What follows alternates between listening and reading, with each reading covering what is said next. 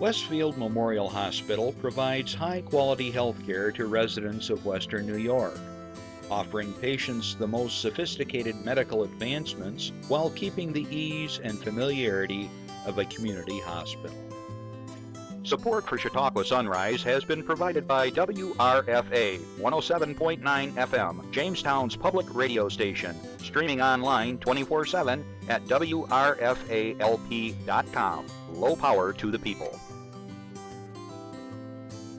Chautauqua Sunrise is made possible by a grant from Fredonia Place, a continuing care retirement community providing dignity in a modern luxury environment.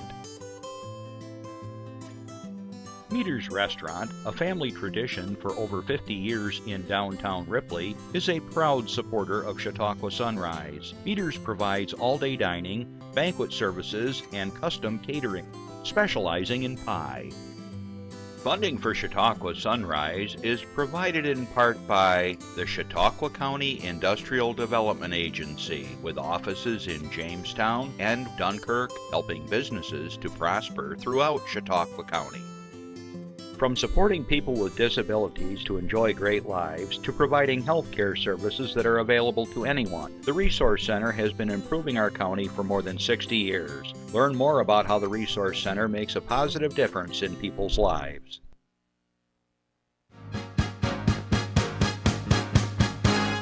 From the Access Chautauqua Studios in Mayville, it's Chautauqua Sunrise. Chautauqua Sunrise is hosted by Doc Hamels and supported by the award-winning volunteers at Access Chautauqua.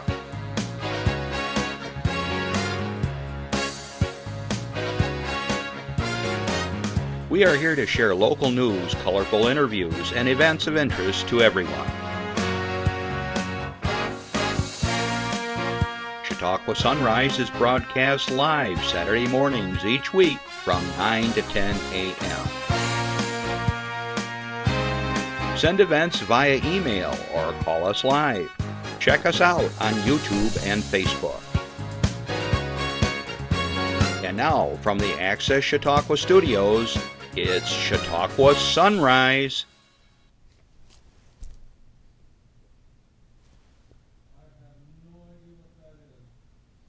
Looks like a couple of farmers. All right, there we are. Good morning, everybody. We're not sure where that picture came from or why it was there. Anyways, good morning, everyone around the world. I'm Doc Hamels, and this is going to be a very special edition of Chautauqua Sunrise today. So remember, if you can't watch the whole thing today, you can catch us on Facebook. You can catch us on YouTube forever and ever just by Googling us or whatever you do to do a search. Wow. Beautiful, beautiful morning today in Chautauqua County, isn't it? One of our camera folks here, Emerald, she comes in with me Saturday mornings, and we've had to use the sun visor like the last 6 weeks, I think. It's just gorgeous sunrises today. Hope you're doing well and enjoying everything that Chautauqua County has offered. It's just all kinds of stuff going on right now throughout the county. And we're going to be talking about a bunch of stuff that's going on just down the road in Westfield today, but we'll get to that in a little bit. I want to say good afternoon to all my listeners on WRFA 107.9, low power of the people in Jamestown. Thanks for joining us Tuesdays at 1 o'clock. And you're going to be listening to a great soundtrack throughout the week here and also on the radio. You're going to be able to watch us every day at 2 and 8 on channel 1301 in Spectrum. You can watch us on, as I said, YouTube and so forth. I want to say also good morning to everyone around the world, our friends over in the Ukraine. Natasha, I know you watch us over there. I know people over in the Netherlands, Cor and all those folks, people in Belgium, across the United States, down into Miami, over into Texas and wherever else people are watching us. Good morning. I hope you're all doing well. As you know, this is a call-in show, and if you have a special announcement, you can give us a call at 716-753-5225. There it is. Or you can email us during the week, which some of you do. If you have a special fundraiser or an event, something like that, an announcement, email it. And as long as it fits our parameters and regulations, we'll announce it here free of charge for you. Also, If you have a comment or question for myself or our guest today, and you mind, you can call in, and Randy's on the other side of the wall. He'll take your call, and he'll pump it right in here. If you are shy, he'll write it down, and he'll hand it to me, and we'll announce it as we often do. I want to do a special shout out to someone that watches the show, I think, every week. I hope he's watching right now. Jim Kurtz, good morning and happy birthday. I believe it was yesterday. He watches quite often, and he always asks for information after the show and so forth. So anyways, that's how we do it here. Boy, kind of an eventful week this week. The Buffalo Bills, ooh, they really, yeah, here guys are cheering on the other side of the wall. They're a great game the other night. For those of us that are Buffalo Bills fans. My dad's not cheering. Your dad's not cheering. I know, he's an old curmudgeon. Anyways, super start to the season, and if you're a football fan, it's going to be a great year, I think. Also, sad news, of course, we lost Queen Elizabeth II, and that's kind of profound for many people in this world. So, been watching a lot of the coverage on TV, and you don't realize how one person influences your life. You know, she was queen for over 70 years or something like that, and I mean, I think she became queen after I was like 3 months old or something like that. So I mean, she's always been the queen since I've been around, and that's pretty awesome. Anyways, eventful week. All right, we have a few things we want to share with you, and then we're going to get to my guest who's anxiously awaiting to come on. So just as a reminder, today we had Rod Buchanan here last week, the administrator for the Westfield Memorial Hospital, and want to remind us that they are 80 years old, all right? And today, at 10 o'clock, so in a little while, they have a 5K walk. There's going to be a magician over at the hospital. There's going to be a fire truck there, food, raffle prizes, cooking demonstrations, cancer screening kits, and our friends from WDOE Radio are going to be there. All right. So that's over to Westfield Memorial Hospital. They're celebrating their 80th anniversary, and that's on Main Street. Lots of things going on in Westfield today. There's also going to be a Civil War reenactment and a few other things, and we're going to touch on those in a little bit. All right. This next one goes out to my good friends at WRFA. A little history behind this. Let's pop that up if you want, Jeff. Quite a long time ago, Dennis Drew, the founder of the radio station in Jamestown, contacted me, and being fellow musicians, somehow or another, we've always had a connection with each other. And he said, how about we get together and chat? And you probably saw him in the beginning credits where we're pictured together. And we set up an agreement that we would talk about each other's programs and so forth. And that's how we ended up on the radio with that group. And now Jason Sample has taken over the mantle of responsibility there, and they're having a big fundraiser right now. So let me just do a quick read on this. The WRFA Fall Pledge Drive is happening now through September 16th to coincide with their 18th anniversary of hitting the airwaves and bringing non-commercial community radio to the greater Jamestown area. And if you don't have the app, you can take that radio station with you anywhere in the world, and I've done that on my phone. It was September 13, 2004, when WRFA officially began broadcasting at 107.9 FM. Since then, they've been broadcasting 24/7 on the local airwaves, while also being featured on numerous other media platforms, including their official website, WRFALP.com, SoundCloud, Facebook, Twitter, YouTube, and Chautauqua Sunrise. As a result of their continuous growth, WRFA is one of the leading and most trusted sources of news and information in Chautauqua County, exemplifying what is possible for community radio with support from their local residents and businesses. Okay, basically what they're doing is they're doing a fund drive just like many organizations do. It's online. If you donate $50, you get a really cool t-shirt, and I modeled mine from last year recently. And if you do $100, you get a t-shirt and a cup, a mug. And I am proud to say that Chautauqua Sunrise is another proud donor this year, and we are going to get a t-shirt and a mug, Justin, for coffee or tea or hot chocolate. All right, so when that comes in, we'll show that. Their goal this year is $7,500 in the 8-day period. So if you want to take a look, or you're interested, give them some money. Pretty easy, and they do good work over there. And of course, they support us. All right, the next one, kind of a fun one. A lot of times I get things from the Cornell Cooperative Extension, and they're excited to invite you and your family to attend the Visit the Farm Day event on Saturday, October 1st, 2022 at the Brehm, B-R-E-H-M Farms, located in Faulkner, New York, and Dry Brook Road. The event is family-friendly and free to all ages. Guided walking tours of the farm will be held from 11 a.m. through 3 p.m. The tour will include informational and interactive stations that provide opportunities to learn about caring for baby calves, feeding and housing for dairy cows, farm equipment, crops, and how cows are milked at the farm there. Additional educational displays will be available to visit, which will highlight other areas of agriculture, including grapes, as we all know out here, and livestock. There will be free samples of milk, string cheese, and grape juice, all produced from goods right here in Chautauqua County. All right, admission and parking are free, and the great event will occur rain or shine. For more information, give them a call at 664-9502, extension 209. What a great fun day that would be to take the kids, huh? Lots of people really don't know how a farm works, and so that would be a great opportunity. Okay, I'm told that this Sunday is Patriot Day, a day to remember the over 3,000 Americans who were killed on American soil as a result of terrorist attacks on September 11, 2001. The horrific events of that day are well ingrained in many of our minds as we remember the 4 planes that members of the Islamic extremist group, the Al-Qaeda, hijacked and crashed into the World Trade Center in New York City, the Pentagon, and just outside of Washington,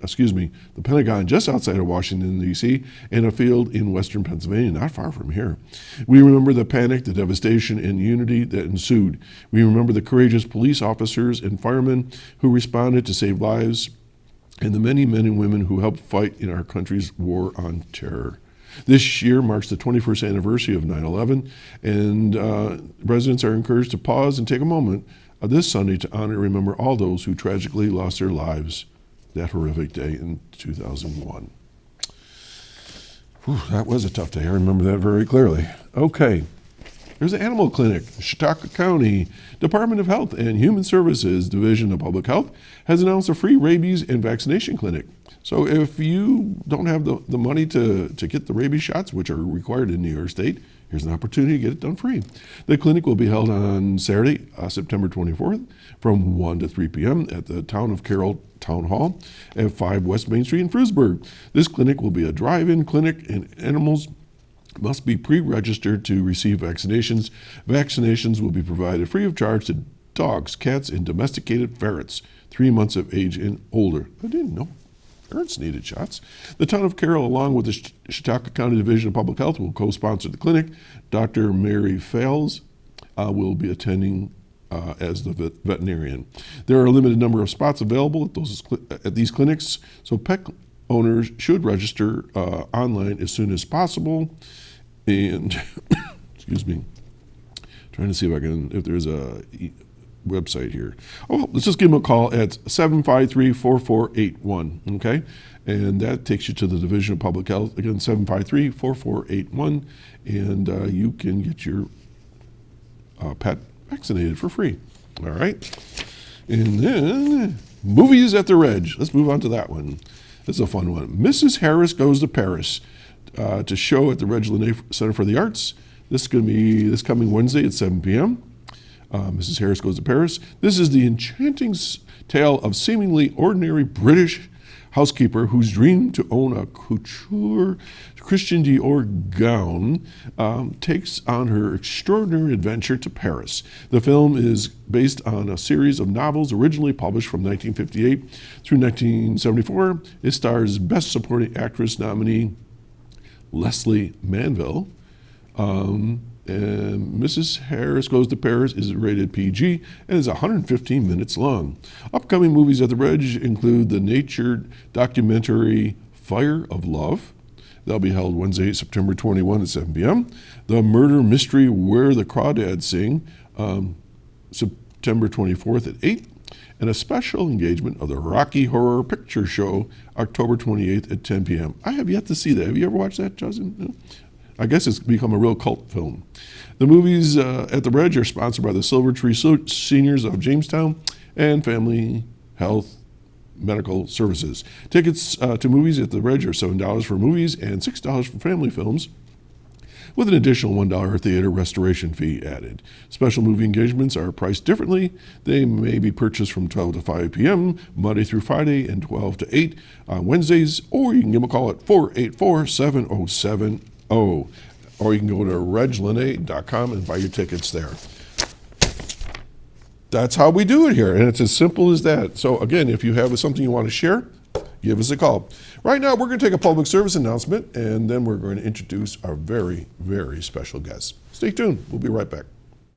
Our fellow Americans. Right now, the COVID-19 vaccines are available to millions of Americans.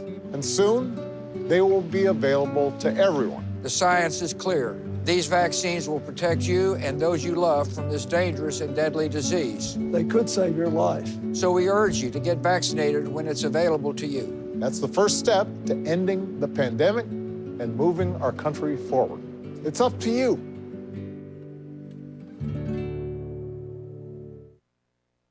Whether we want to realize it or not, COVID is still around. It's going to be part of our lives, I think, for a while. So please think about getting vaccinated and get your boosters if you haven't already. Something to think about. Before I bring my guest on, I just want to put a little note here, is that when I was a kid, I used to read the history of people and their lives and so forth, and that was one of my favorite things to do as a kid. My guest has probably one of those Americans that has been written about more than any other person in the country. I don't know how many writers have written about his life, and there's libraries and libraries about this.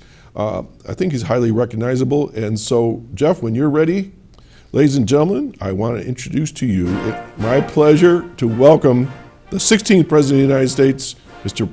Abraham Lincoln. Welcome to the show, Mr. President. Good morning, and thank you for inviting me. You're very welcome. Historical weekend. I understand that this is your second time here, not here, but in the area, right? It is. And they've invited you to be part of Westfield's festivities, and there's a Civil War reenactment. Are there people camping out there now? Well, I don't know. You haven't got there yet. It's been a bit early for me to get up and check out the surroundings, yes. Okay, we got to do one technical thing. Justin, I'm going to need your help. Mr. President needs his microphone adjusted, so it will just take a moment to stay on me, and we'll get that taken care of. Somehow or another, your microphone is stuck in there. Maybe we should put it over here. Go ahead. All right. Anyways, we often have to do these sort of other side. Okay. Other side? Other side coming through. All right. You have a high clearance, Justin, to be here? Have you been cleared by the FBI, CIA, Secret Service to even approach the president? No one's stopped. Too late now. I think he did it. I think he did a good job. All right. He did good. All right. So anyways, They haven't stopped. So you've been invited back to Westfield. You and I met, 3 years ago, I think it was, at a gala festivity at the McCleary Mansion that they were focused on Civil War reenactment actors, and I understand they're going to be there again. And folks, this is an all-day event. It's been going on all weekend, and it's going to be on throughout the weekend. And we're going to talk a little bit about that in a bit. But we're going to talk about you, Mr. President. And as I mentioned, I read your life history as a child. There was a special place in the library that had all these books, and there was all the famous Americans. And, you're right up there with the top three anyways. You show up everywhere, pennies and $5 bills, and they even put your face on a mountain. So pretty cool. Yeah, look how Mount Rushmore. I must go out. You'll have to. It's South Dakota, I believe. Yeah. So typically, when I interview folks, I like to start out with something about your background and where you were born and so forth. So can you tell us just some things about yourself? I can.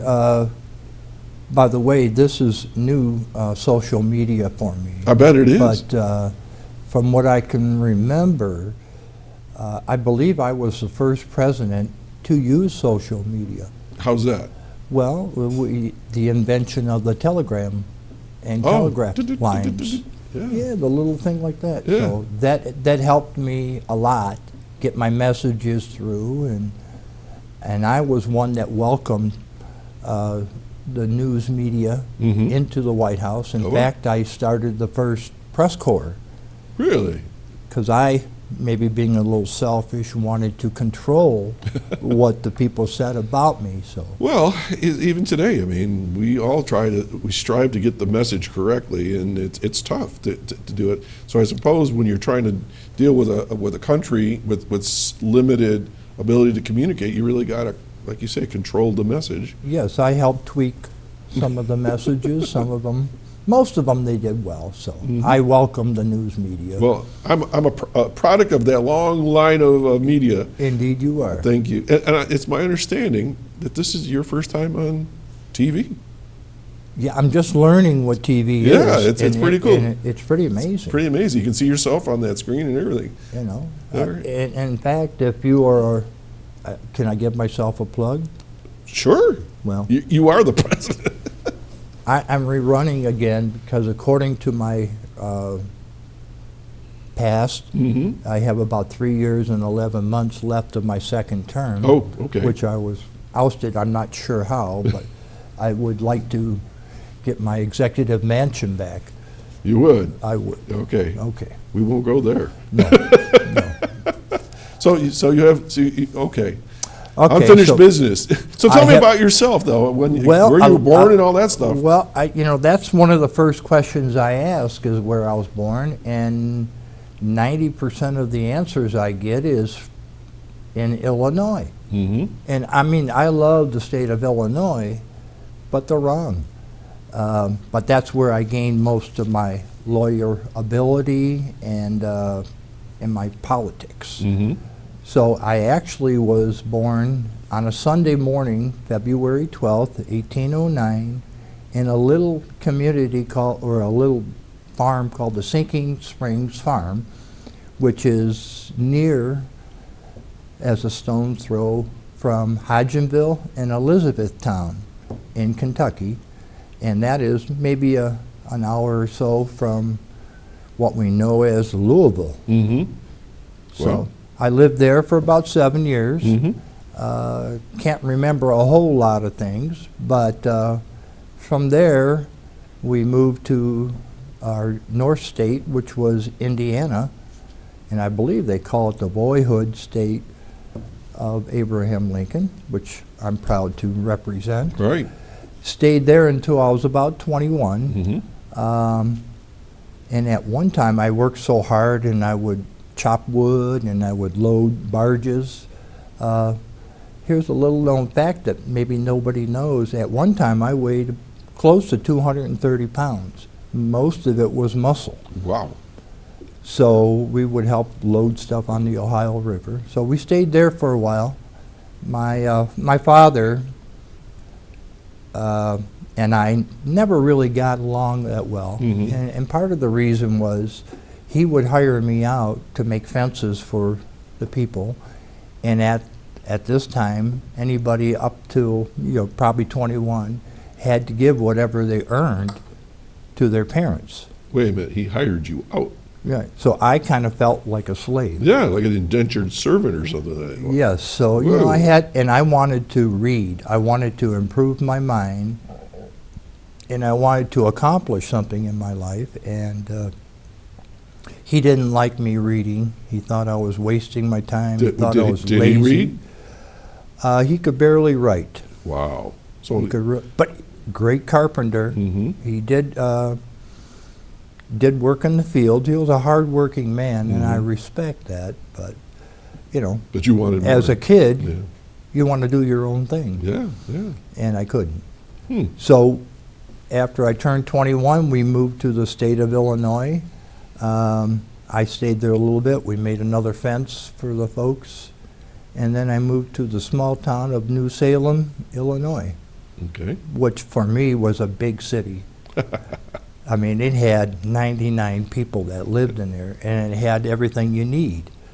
So it was there that I kept my thirst for learning, and I received a book on law. And I said, well, you know, what my dad taught me was how to work, but he never taught me how to enjoy it. Oh, Yeah. okay. But yeah. the reading part and the idea of being a lawyer would save my body some wear and tear. Yeah. So I did that. I took a written exam, and I became a lawyer. Wait a minute. Did you go to school? No, I did it from a book. You learned from a book. One of my fellow presidents in front of me, Andrew Jackson, was also a lawyer, and he did the same thing. Really? Never went to school. Mm-hmm. I think we're the only two. Mm-hmm. You know, I'm number 16, so Yeah. 15 of them all went to college, had money. I was a poor boy. Yeah. Yeah. So, you. This is kind of amazing to me that you never went to school and you ended up being a lawyer. So, how did you learn to write? Just by looking at studying books? I and did, because gathering? after my mother, Nancy, died, when I was 9 years old, my father went back to Kentucky, Elizabethtown, and found a woman that he had known, and she had lost her husband, and her name was Sarah Bush Johnson. So I went down there, cleared some of her debts, packed up my wagon, and she brought her kids with her, and we moved back up to Kentucky.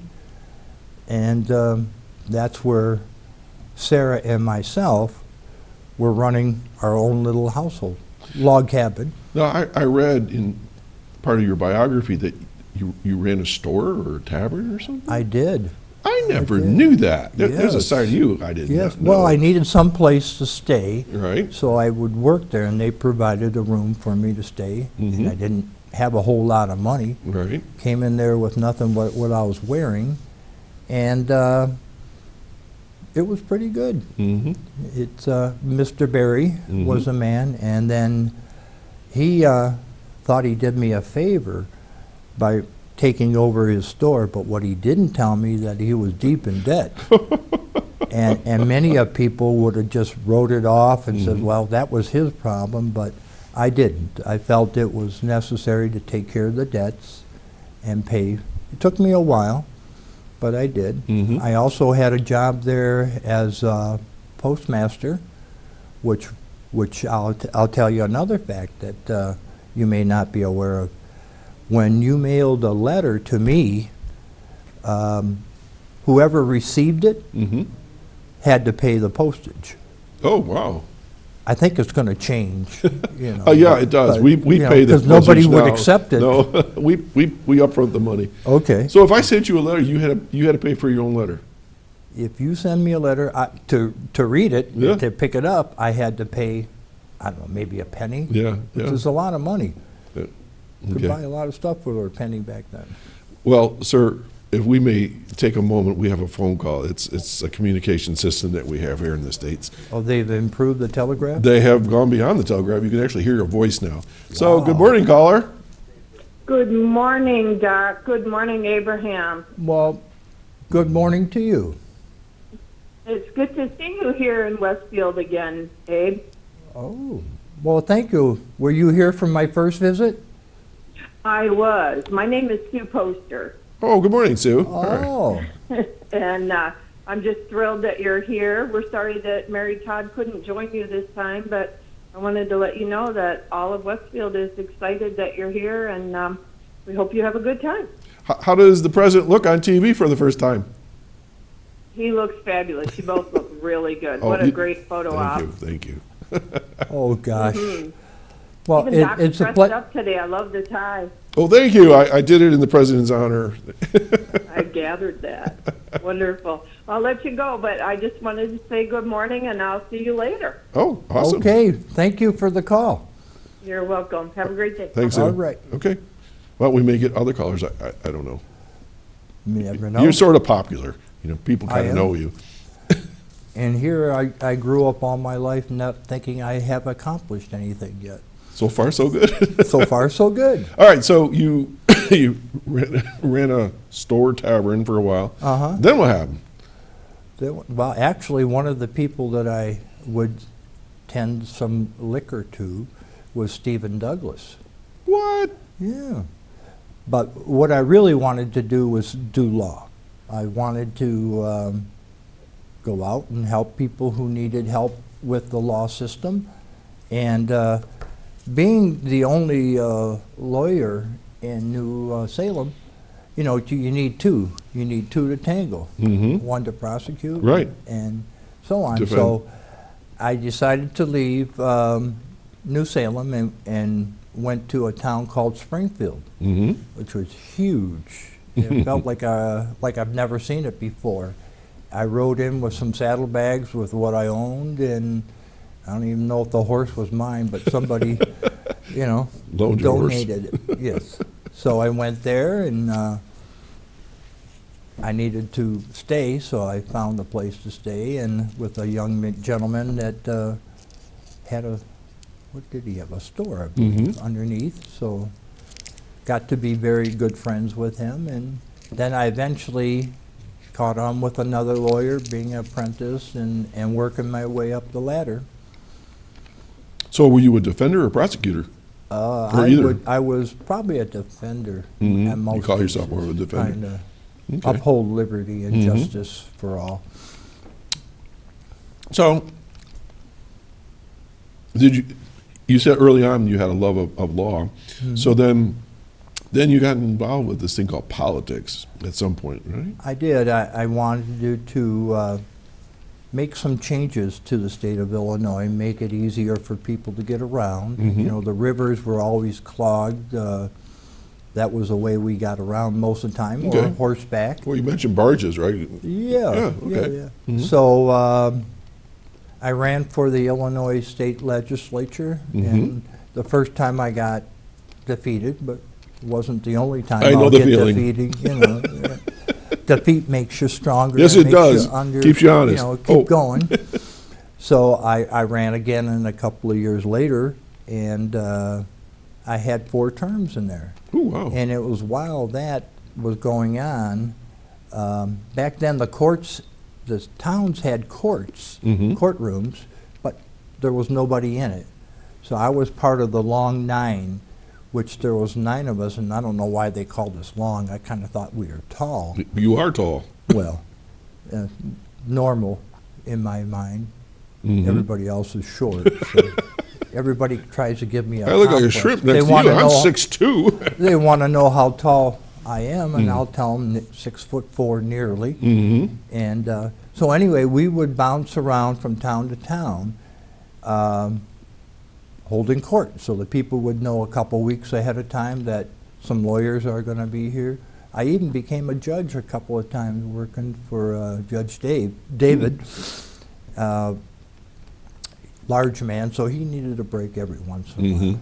So, you know, that's what we did. So So, you s- we would do that in the spring and then in the fall. Okay, so you had sessions like that sort of thing. Yeah. And I spend too much time away from my family and Robert, and but had to put bread on the table. So where in this were you married, or not yet? No, I was married Okay. when I was roaming around the state. Okay. I met a beautiful lady, Mary Todd, someone who I never thought I would have a chance with. And at the time, I think another guy was interested in Mary. That happens, even today. You know, Stephen Douglas. You keep mentioning him. Yeah, you know, he was a short guy. Of course, everybody was shorter, but so I met her at a cotillion, and That's like a dance? We don't use that term yes, very often. Yes, Okay. we don't. No, we I don't. use it every day, We don't. and I was kind of shy, but I asked her to dance because I wanted to dance in the worst way, and so we did a little dance, and me with my 2 left feet. And I sat her back down after the dance, and her sister asked her, "Well, how did he do?" "Well, he danced in the worst way," is what her reply to her. And I heard that, and I was a little embarrassed, but Yeah. we worked on it. Now, where was she from? She was from Lexington, Kentucky? Kentucky. Okay. Yeah, she was a local girl Mhm. from where I was born, but much different surroundings. Right. She had money. Her family had money. She had there was a lot of youngins in the family. Mhm. She had, like me, also lost her mother at an early Oh, age. had something in common. Yeah. And unlike me, my stepmother really inspired me to go on and read, and she said education is the way to go. And Mary didn't get along well with her mother, stepmother. Okay. So she left, Oh. went to Springfield, Mm-hmm. and I That's where met you her met her? shortly after that. At the cotillion. Yeah. Okay. Now, was she tall or shorter? She's about 5 foot nothing, Okay. And you're 6'4", almost- 6'4". And so you had a number of children. We have had 4 boys. Mm-hmm. And here's another fact you may not know. Could Our be. first son, Robert, was not born in our 8th Street home in Springfield. Mm-hmm. We had a small flat above a business on 4th Street. Mm-hmm. And then we bought into the only house I've ever owned. I'm kind of renting the Mhm. executive mansion. I think I'm still there. I gotta make sure. We'll talk about that later. Okay. And then we had, so Robert, we gave him the middle name of Mary's dad, Oh, which was Todd, Okay. T-O-D-D. And born in 46, 47. to get We don't kinda always close. remember all the years our kids are born. But he was our first. And then we moved to the house on 8th Street. It was a story and a half. Mhm. And then we had little Eddie Eddie. Baker, came a few years later. Unfortunately, he got sick and died just before his 4th birthday. Oh, sorry. And then we had a William, which we call Willie, Mm-hmm. who actually, you're not supposed to say this, but he was my favorite, most like me. So the other kids don't know that. But That's between us. Just kept it between me and him and you. And As long as they don't a million watch the people show, out we're there. good. Yeah, yeah. And then our last born was Thomas, who was named after my father. Mm-hmm. And but when he was born, I noticed he had this huge head, and he would wiggle around in the crib, Mm-hmm. and he kind of looked like a tadpole. So we called him Tad, and I think the name's going to stick around for a while. Tad Lincoln. Well, Yep. interesting. I never knew that about Yeah. Tad. Okay. Stick around me, you'll learn a lot. I shall, Mr. President. Well, this, like I said, I've read some things, but not all this. This is interesting. Some of it, they didn't have a lot of social media. They didn't have the No, television, so no. you didn't. And people could only know so much, and some of this private stuff is And interesting. I would try to keep a low profile. Mhm. I'm still am a very humble person, so it's hard for me to even talk about some of my accomplishments, although there's Right. not much. But There's more than you realize, okay, and it's gone down into history. Again, we got you on a mountain. That says something. So that you were in the state legislature, 4 terms, judge, lawyer, and then what? well then I went to. I wanted to go to D.C., so I went and ran for Congress, state representative, Mm-hmm. and I had a 2-year term, and it was about this time that we had a little skirmish going on with the country of Mexico, Oh, and I was very much opposed to that, Mhm. and I just wanted to know where it started. Did it start in Texas? Did it start in Mexico? And that opinion was not felt by a lot of people, so I never got another term in D.C. you sort of were on the I outside of was certain like a discussions renegade. over the years. Yeah, they said, well, we don't want this guy anymore, send him back home. So I went back home to Springfield, Mm-hmm. continued my law practice, and I thought I was going to be a lawyer for the rest of my life. But then something must have happened. Well, yeah, this guy that I mentioned before, Stephen Douglas, That's the 3rd time you mentioned him. I was fine letting him do his thing, and he came up with this Nebraska-Kansas Act. Mm-hmm. And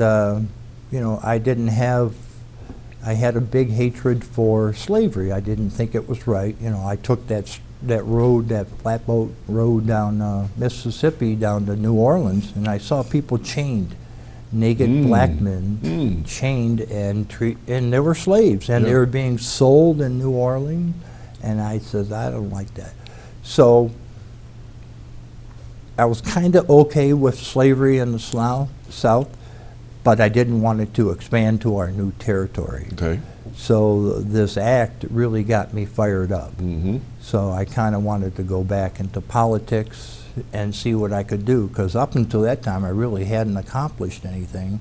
I did suffer from some mental issues, and I was depressed, and at one time they even took away my razor. I couldn't even. Really? Yeah. They thought I was going to kill myself. I says, well, I can't die. I haven't accomplished anything yet.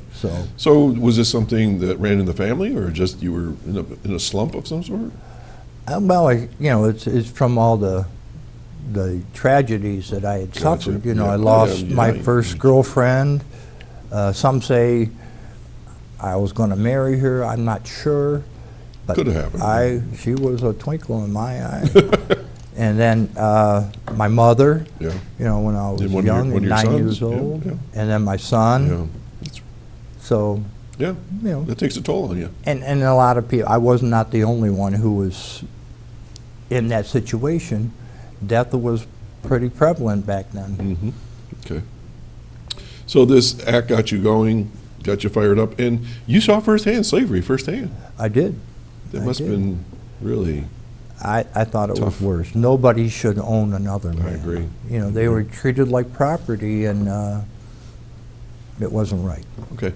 So then what did you do with this fire in the belly? Well, that was in '54, just a few years ago. And then I saw an opportunity to run for state senator. And back then, the people didn't vote for senators. It was done by the houses. I did not know that. So my opponent was Stephen Douglas. That name keeps coming up. Yeah, it does. So I kind of egged him on to do some debates. And for me, that's one step that put me in the limelight. I was the rock star of the 50s and the early 1850s, right? 1850s. Right. Is there another one? Just checking. Well, Just checking. 1750 would have been George. Right, Evan, too early. Yeah. So anyway, we had a few debates. I believe it was 7. We went from town to town, gathered huge crowds. It was like an event. It was a big deal. I bet. That's big. So I lost. Dude. But that was good. That was okay. I was kind of used to losing elections. I also know that feeling, yes. Yes. And so it was actually the best thing that happened to me. And then from there, the next big event I did was I got invited to go to New York City and at Cooper's. And I did the Cooper's address, and I was nervous as all. I bet you were. I had just, my voice was cracking up, and I enjoyed speaking, but a lot of people didn't enjoy hearing. But after a while, I warmed up, and that really put me in the carriage seat. So then, now you're a nominee for president at this point? Yes. And what party was it? What Whig? Well, it was. What was it? I used to be a Whig. Then I became a Republican. Okay. And actually, our first Republican candidate was John C. Fremont, the hero of California. That's how we got California when he fought in the Mexican War. But he didn't. We had the lovely pleasure of the winner was James Buchanan. It was best if you don't have anything good to say about a person, is not to say anything. And James Buchanan was one of those. I'm going to leave there. Okay. So I was the second Republican candidate to run and the first successful one. Okay. So you just kind of worked your way up the ladder and all this, little by little by little. Little by little. So when you were growing up as a young man back in Illinois or wherever, did you ever think that the President of the United States would be something you'd be interested in? I didn't, but my wife, Mary, She could see that in you. she, you know, Wives do that. They can see things in us. well, you know, every man needs a strong woman. Tell me about it. My wife's... And my wife still does that. She kind of eggs me on and wants me to. Keeps us on the track. That's right. But you know, So- we need that. We need that in our lives, I think. Don't you think? And Yeah. I think when she first saw me after we dated a little bit or courted, I believe. Courted, yeah. She said, "I'm going to be president one of these days." She saw that in you. Wow. She did. So you got elected president, and you ran against who? Stephen Douglas? No. Stephen Douglas. Again. No, No. Breckenridge. Yeah. Oh, yeah. And that's kind of the way I won. In the South, they had 3 people running for president. Split the vote. And I had up here. I think I got about 3 or 4 votes from the South. Might have been from Mary and her family. Okay. Although half of her family was for the Confederate. Mm-hmm. And they actually fought against us. So you become president of the United States, and so what were your dreams and goals as president? Did you have anything in mind? It was simple. You know, everybody, most of the people in the North did not care for the slavery, but it didn't affect them as much Right. as the South. So I was okay with the expansion. I just didn't want to see slavery expand along with it. So I was fine to come to a compromise, but once I got elected, they said, this man is going to end slavery. And So they kind of put you in the that hot was my seat, as goal. we say here. But I couldn't tell that to the North, or else I wouldn't have too many people to fight Right. once the conflict started. Mm-hmm. And so I was fine if they stayed slaves in the South, as long as they didn't proceed Mm-hmm. or whatever. But I wanted to keep the Union together, Yeah. and that was a tough task. Yeah. It must have kept you up nights worrying about all this, I would think. I got a couple hours sleep. I would pace a lot up in the room. And You know, I've seen pictures of you from the time you were elected and so forth, and I noticed that it took a toll on you. I think the presidential activities wear on every president. Well, those 3 men you saw in the beginning there in that little break we had, they followed you over the years as presidents, and they They all aged a lot. I'm not president. We'll talk about that later. Anyways, I understand during your, when you were running for president, that you came to Westfield. There's a story behind that. Oh, there is a good story And behind it. someone took a photo of that, so we'll grab that while you're talking. So could you, Okay, could you share well, that? it was just prior to the election in November. It was, I believe, October. I received this letter in Springfield, and it said Honorable Abe Lincoln, Springfield, Illinois. And I opened it up, and it was written with nice penmanship from a young 11-year-old girl called Grace Bedell. Oh, there she is, There Grace she is. Bedell. Yep, there she is. And she had saw a poster that her dad had brought back with Lincoln and Hamel on there. And she thought I looked too thin. And for my height, being about 190, 195 pounds, I guess it was kind of thin. And she suggested that I wear whiskers. I think they call them beards now, Yeah. but these are whiskers. Whiskers. So I thought it would be kind of silly looking to have whiskers. But, I took it under advisement, and I wrote her back a few days later, and I thanked her. She wanted to know if I had any girls in the family, and I said, well, no, I have 4 boys, one who has gone, and I got one who's 17, one who's 9, and one is 7. Yeah. So that was it. I thanked her for her interest, and on our way into Washington City, we took the train and we made numerous stops, and one of the stops was in Westfield, and I said, well, I'd like to meet this young lady. So at the time she had turned 12, and I stopped at the train station, and I said, "Is Grace Bedell here?" And then she was so small, Yeah. but somebody saw her Mhm. and brought her up there. We exchanged flowers. I gave her a little peck on the cheek, and I thanked her for doing what she did. And that, whether you know this or not, there's a statue of you and Grace in Westfield that memorialize that moment. How does this stuff happen so fast? It's American ingenuity, I guess. I guess. Boy. Anyway, so that's a famous story in the area, and we know that story. Okay, so you get elected, and now you're dealing with the slavery and so forth. But then these guys down in the South, they decide they're going to split off and form the Confederacy.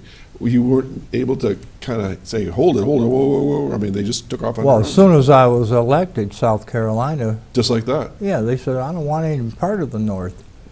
I'm going to go, and I believe they call it succeeding. And they claimed it was for states' rights. They wanted the right to regulate whether they had slaves or not. And to the South, you know, slavery was very important.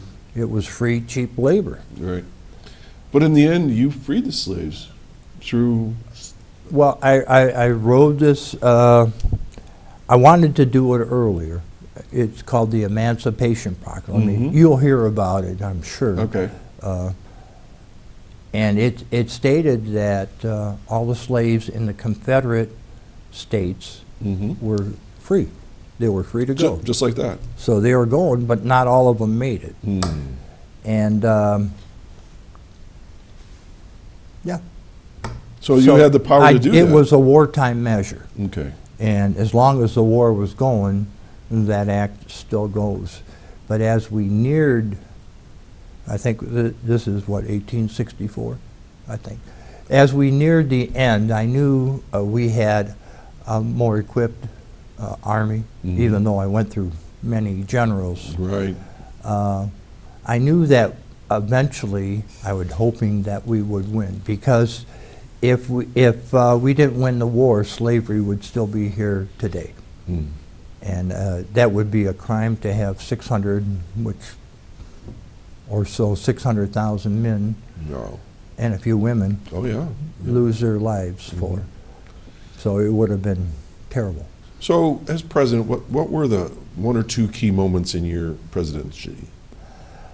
I was kind of my own boss. I really didn't deal much with my vice president, just a figurehead. But I kind of did some things that were a little on the soft side. I enacted habeas what am I saying? Habeas corpus? Habeas corpus. I took Thank you. Latin. I had a little, Well, you're kind of old. Yeah, I get it. yeah, you know. So, which a lot of people didn't like. I jailed many people, but I had to do what I felt was right. Okay. And the So you second thing instituted that into law, yeah? was the Emancipation Proclamation. Right. And I had to wait for the right time because, you know, in the beginning of the war, we weren't doing too well. Kept losing battles, losing men, and the amounts kept growing up and up and up, and I felt bad. Many men from Westfield, my hometown of Ripley, all Chautauqua County, they served in that, and supported you in the war. So Gettysburg, you gave a particular speech there. There must have been a moving. Well, I was asked to give a few comments, so I kind of jotted some notes, and it wasn't in a train, and it wasn't on the back of an envelope.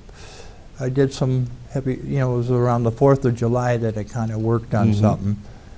And I got invited by David Wells, and he was a prominent lawyer and figure in Gettysburg, and asked me to speak a couple words. The main speaker, Edward Everett, was well noted around the country. Okay. He had the 3-hour speech, 2-hour speech. But Okay. Well, Mr. President, this has been enlightening, and we're down to about 4.5 minutes left of the show. So we're going to do a transition Wow. period now, and I'm going to instruct my crew to do something a little different.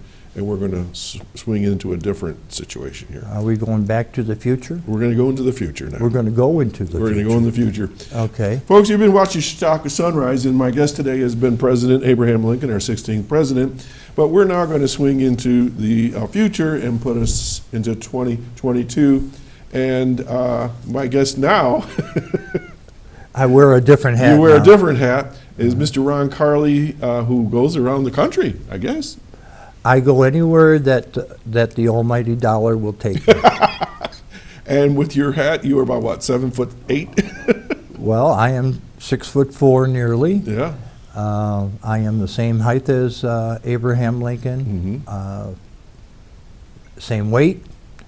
Amazing. The clothes that Lincoln wore were made by, maybe you know this or not, Brooks Brothers. No. My shoes were made by Johnson's. So you're doing And the Murphy. real deal here. The real deal. Wow. The hat came from Gettysburg. No kidding. Dirty Billy's. Sorry, So- I gave a plug. So It's okay. It's too late anyways. can't erase it.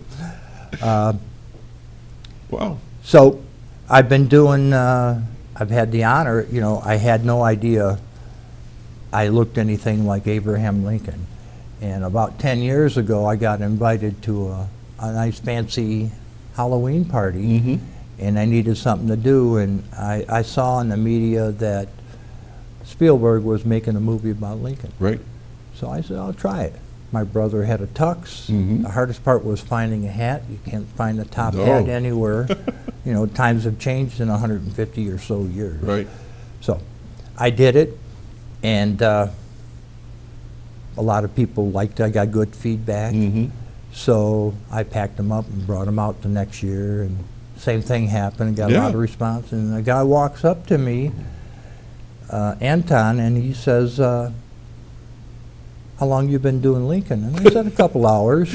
He said, no, but how many years have you been Yeah. doing? I said, well, this is my second time, and he said to you, young man, I would advise you doing it more than once a year. Wow. So Oh. one thing led into another. Mhm. I got the exact period closed, Mhm. and I kind of feel a little bit like Lincoln, like I hadn't accomplished anything. Mm. I worked in retail for 45 Well, years or so, Mhm. and when a transformation happens when I put on the suit, I bet.